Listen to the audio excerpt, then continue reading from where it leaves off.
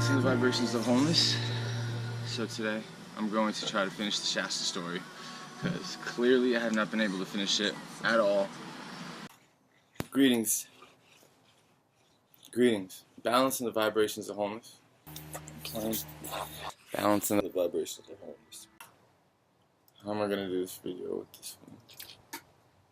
Because for a little bit, oh my god, if I keep getting bitten by mosquitoes, I'm going to go. And right now it's just...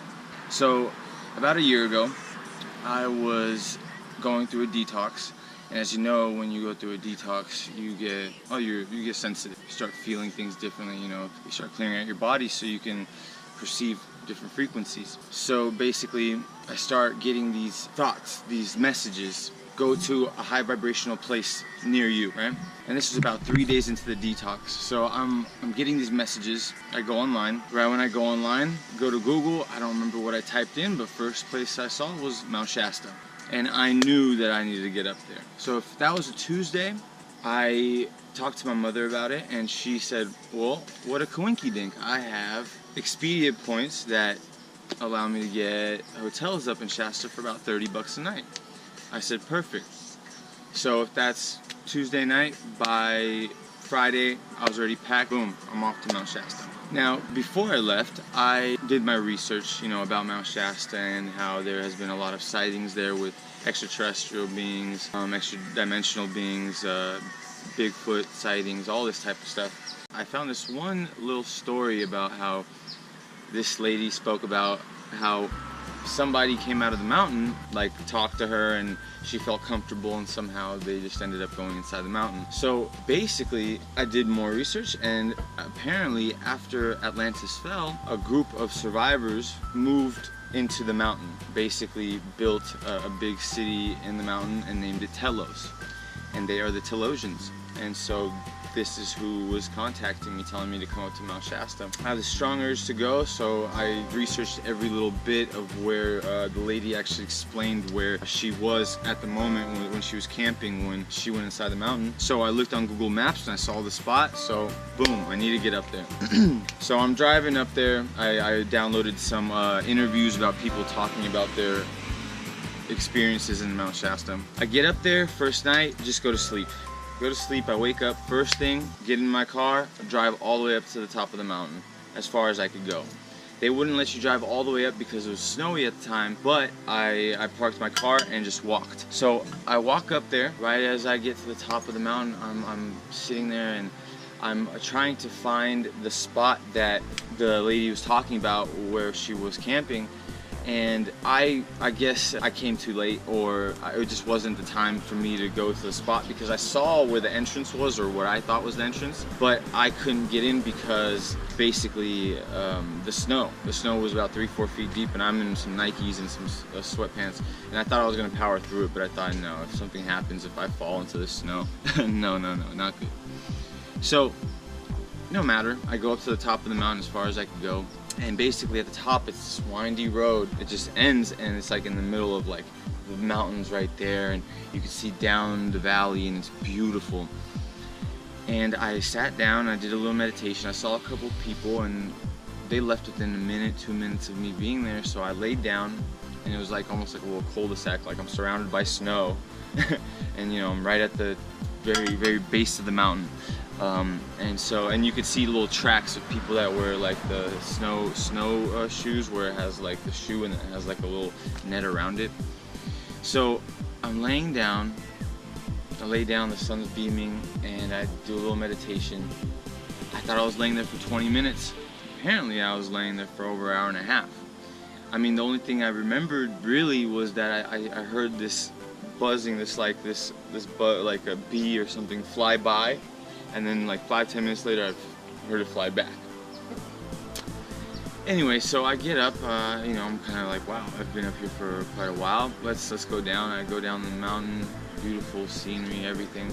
But right as I get back into town, I see this place that, you know, this little jewelry shop, and there's a couple of them there. I won't mention which one, but it was just calling my name. I go in there, I'm talking to a lady, I'm checking out all the crystals, and I spot a crystal skull. And she reveals to me she is the keeper of the 13th crystal skull. And I asked her how much, you know, a session with her would cost, and she said it was about, you know, like $75 for like half hour or an hour. And, you know, in my head, I knew I couldn't pay that, but, you know, on an energy level, I could feel a lot of interaction. And we're talking, and she's saying things that are really making me kind of emotional, but I'm holding it back, you know. And she grabs my hand and says, "Let me look at your hand," and grabs it and, you know, does a little reading. And she said, "You know what? I need to do a reading for you. Give me as much money as you can.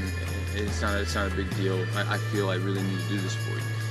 Can you come back?" And I said, "Yes, I definitely can." She was busy the rest of that night, scheduled for the next day in the morning. So right away, I knew that something right there transpired. Clearly, it was meant to be. I get back to the hotel, I'm still detoxing. I have a relaxed night. So next day, right when I wake up, I take a shower, get dressed, put on all the stuff, took my crystals. I had a shirt that I felt I needed to bring with me, that I needed to wear. So I get ready, I get my car started. Right as I'm getting into my car to leave for the ceremony, I see this guy walking by in all tie-dye, and I see him super hippie.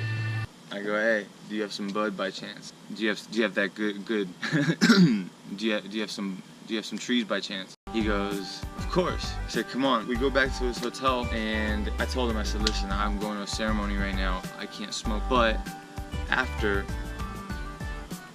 there's some high frequencies, "but after, definitely we can you know, meet up." So he said, "Definitely, for sure." I go to the ceremony. Now, man, mind you, I didn't know what to expect, but I got in there, and she took me to this back little room, and as we're going, she showed me a picture of when when the crystal skull was, when she was initiated into being one of the keepers. You could see she's floating in the actual picture. She's glowing and about 2-3 feet off the ground, and she's not a small woman, you know. We go sit down. She starts giving me a reading.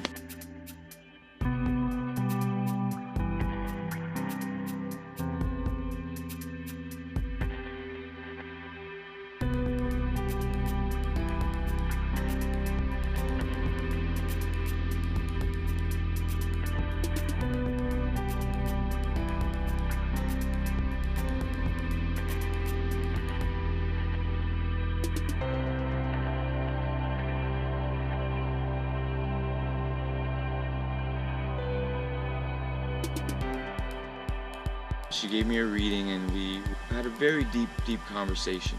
I could tell you right now that I was in America for about 1.5 years at that moment, or a year maybe. And you'd be surprised how much programming can be instilled into you within a year. Like, I was completely tapped in when I left Ukraine. Here, you know, by that moment, by that time, it was kind of ridiculous how I fell in vibration, like such a vibration that, like, difference. It was crazy. So anyway, I could not control my body. I was bawling. She was explaining to me things that I knew. It was just a breath of fresh air. It was reminding me that I didn't mess up. You know, you were on the right path. This was all for a reason. There were certain things that you might be going through. Maybe you projected them, maybe you manifested them, but don't forget who you are. Like, of course you can mess it up, but don't forget who you are. Very powerful. She told me you were one of God's priests, and when she told me that, I didn't like the sound of that, and she felt the energy off that, because, you know, priest, you automatically think, you know, the religions and stuff like this, but no, God being infinity, and being a priest of infinity, or being a high, not even high, you know, that's already putting it into duality, but being a master of a craft or of your abilities, that's a different situation or story. Oh, look, it's my dog and my stepfather. I had a wonderful ceremony with her. It was mind-blowing. It was very much so needed. I was very much so in a position where I was in deep pain. I had a beautiful ceremony. She tells me to come by whenever. She made me feel so welcome, and so, you know, she was thankful to be in my presence, and I was thankful to be in hers. And I kissed her hands when I left, you know, because it was very important what she was doing. And I feel I have a great destiny and a great path and a great future, and something that, you know, many don't understand yet, but I feel I am here for, why do I have all this knowledge? I'm here for this, to share this knowledge. Even though I've been through hell and back in this physical form, you know.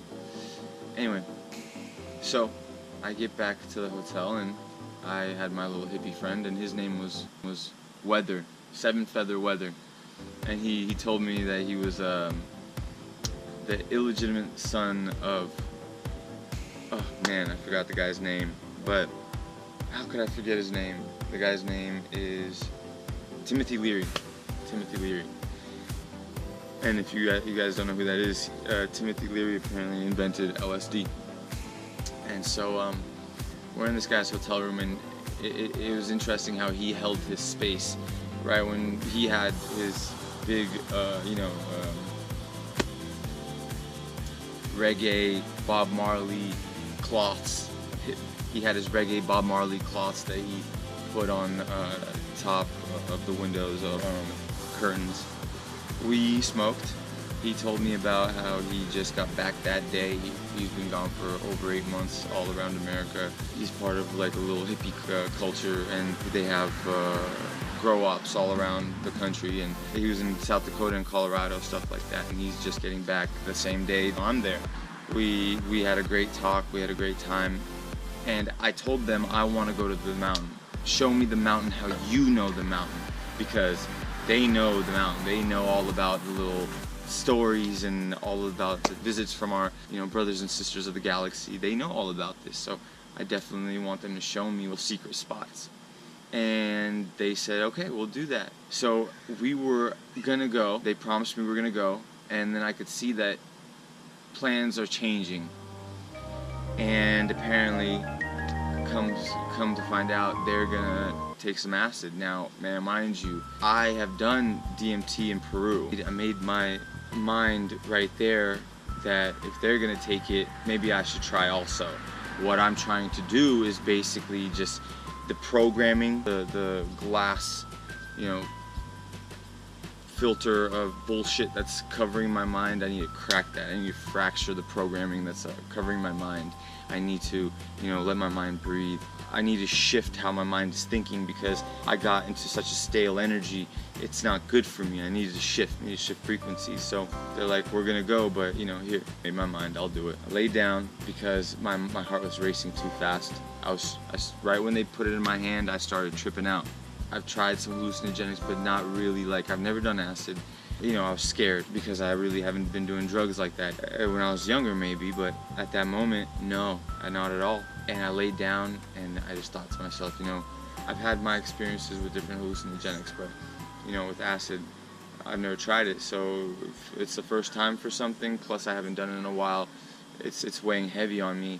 So I laid back because my heart is racing. I almost have anxiety. If you're sad, you're living in the past. If you have anxiety, you're living in the future. So I lay back, I throw my hands up, and I just relax my whole body. When did I become such just a bitch? You know what I'm saying? When did I become such a bitch that I'm tripping so hard from trying this? Like, you believe in yourself, And not just that, you're here by yourself. Nobody's gonna know you did this. Nobody has to know.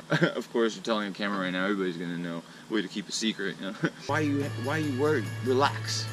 And at that moment, just my whole body, all that anxiety just left me. You're up here, Mount Shasta, once in a lifetime opportunity with the illegitimate son of Timothy Leary, the creator of LSD. And he said he was conceived in one of the orgies that Timothy Leary had 30 people all on acid, just going crazy. So boom, we left at 10:44. We walked through the mystical wonders of life. Wow, we hiked 13 miles up the mountain. I couldn't even feel my legs by that time, but the things I was seeing, when I was driving up Mount Shasta, the first thing I was thinking of was I want experiences. When you're in a low vibrational state, you want something physical, because that's what you demand, that just like you demand like carbs and just thick food. But when you're on the lighter side, when your mind, body, soul is more connected, you're more tapped in, you are able to feel more, and you don't need so much of the physical. But you forget that once you drop so much in vibration, or I did at least. I had this great walk, we saw ships, we saw, oh man, so much. Now, I thought I was tapped in. We hiked 13 miles, we get to the spot, I didn't know how much of a hippie this guy was. This guy was like, lives in these woods. You know, he was raised out there. There's 3 people there. I basically can't really explain them right now, but just imagine them as they were all of, you know, equal vibration, just all residents of the mountain, you know. They didn't know how open I was, what I liked, how accessed I was. I really kept quiet. I let them speak more. I was so much in my thoughts about the ceremony that I was just quiet. We get up to their like go-to spot. There are basically camp sites or camp little areas, like good sturdy teepees all around, maybe, you know, a mile from each other or half a mile. And it was beautiful, beautiful. And this was our first spot that Mr. Seven Feather Weather told us that we were going to stop at. So we were expecting to stop there, relax for a second, and then go further. But when we got there, you know, it was just so relaxing, and it was such a beautiful spot. Why would we need to go anywhere else, you know? And we were already having a great time. I was already ready to go to sleep. I was relaxed. We rolled up some ganja, relaxed, smoked, looked at the stars, and my peak was already gone. I was just coming down to a nice steady vibration. And that's when Mr. Seven Feather Weather, with all his little gadgets and trinkets, looks at me and hands me and everybody else 2 more tabs of LSD 25. So we had 1 already, and now we're going to the moon. Basically, we got pretty high. Now we're going to the moon, to Mars maybe. Now, man, mind you, you know, Peace Pot Microdot, like, crazy time, me not ready. Brain going error, scared again.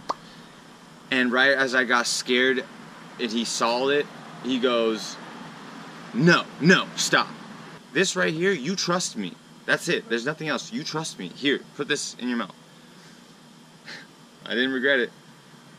Trust me there, I did not regret it. Wow. To make a long story longer, everything was so vivid and beautiful, and my knowledge, you know, I was able to use it to its full extent. I tapped into my brain, and literally everything that's happening within is everything that's happening without. Literally, your timeline, you are the center of your galaxy. Infinity exists. Your realm is your realm. And you know, to the extent that I saw it, I'll tell you to the extent that I saw it.